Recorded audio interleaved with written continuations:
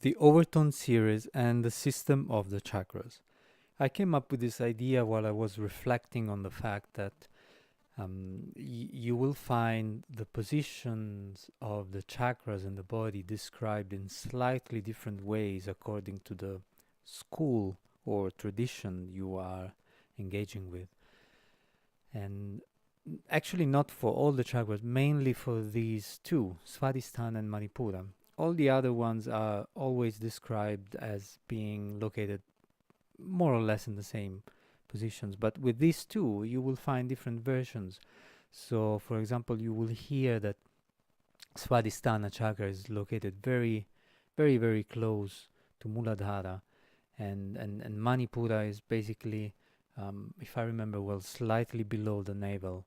And in other traditions, Manipura is more located around the solar plexus, and Svadhisthana is slightly higher in its position. And I don't really know the answer to this question of these differences, but I started thinking maybe there's a way of relating harmonic proportions to the distances between the various chakras, and I just tried this idea, and something very interesting came out of this experiment. So here on this side, on the right side, you can see a typical visual representation of the Overtone series. It is the description of the behavior of a vibrating string. It is also the description of what happens in an air tube, like a musical instrument, a wind instrument. But let's stick to the string example.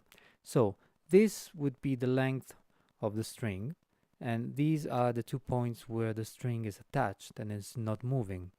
And this is the movement of the vibrating string. So this is the string, and it would be moving up and down like this. And the movement of the string, the vibration of the string, it becomes very complex because there is this long movement which produces the fundamental tone and the first overtone.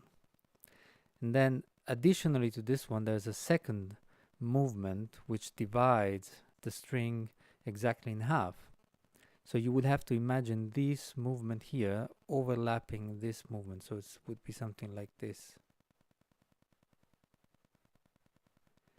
And it divides the string exactly in half.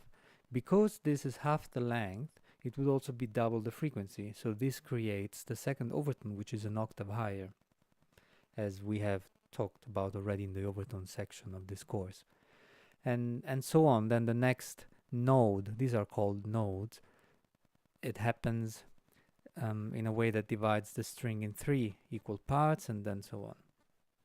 So if we consider the whole length of the Sushumna channel, so from the bottom of the spine and Muladhara chakra to the top of the head and Sahasrara chakra, if we consider these as, let's say, a string in its whole length, and we consider the frequency of the whole length as the fundamental, let's see what happens if we apply the same principles.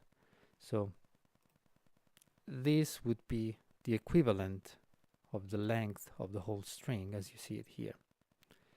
So the next overtone, the second overtone, divides it exactly in half and lands with a node on the heart chakra, Anahata. Then if we divide one more octave, then we find 2 nodes on the throat chakra and on Manipura chakra, which in this way would be closer to the solar plexus. Then the next step that I have applied is dividing by fifths. So this would be, let's recapitulate. So this is the fundamental. This is the first octave dividing in half. Then 1 octave higher divides once more in half. Then another octave higher and an additional fifth creates this. The reason why I did that, because I kept adding also the other overtones, and I've done all these various overlapping of these various overtones, and somehow the fifth seems to match all the positions of these chakras. So if we remove all the rest and we leave only the fifth, actually what happens is that it touches all of them. And with other overtones, what would happen is that the nodes of the vibration would only catch some of the chakras and not others. And then, of course, one could say then maybe the chakras are located in a different position, which is obviously possible. It's just that then some of the chakras that are really commonly accepted, like the third eye or the heart chakra, or that they would actually, or the throat chakra, they would actually land in very, very different positions. So somehow I found this overlapping of the octaves and fifth that somehow makes sense with the positions that are more commonly accepted. If we wanted to consider the very, very much lower positions of Svadhisthana and Manipura, then we would have to go to an even smaller divisions, which is obviously possible, and it's something that you maybe might want to explore yourself. So one other interesting thing is that, so we said that this in relationship with the fundamental, so with the whole length of the Sushumna channel, is a fifth, and it's a fifth that is 1, 2, 3 octaves above the fundamental. If we then take the same fifth relationship with the fundamental, but we lower it by 1 octave, we get this. So as you can see, Muladhara, Anahata, and Sahasrara are exactly on the nodes, whereas all the other chakras are exactly on the antinodes, so at the center.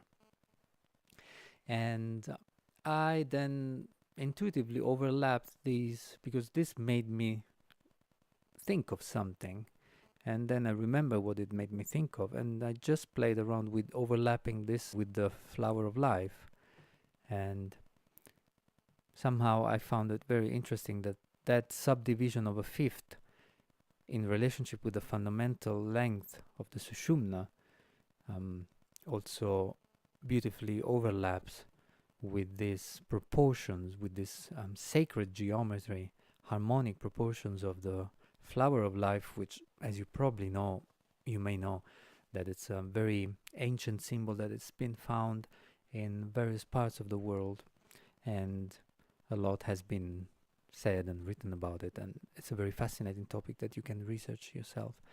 So yeah, in this video I just wanted to share this idea, and it's a work in progress. It's like something that I came up with while doing my experiments. I find it very, very fascinating, and it could be also the starting point for further experimentation, investigations on this topic.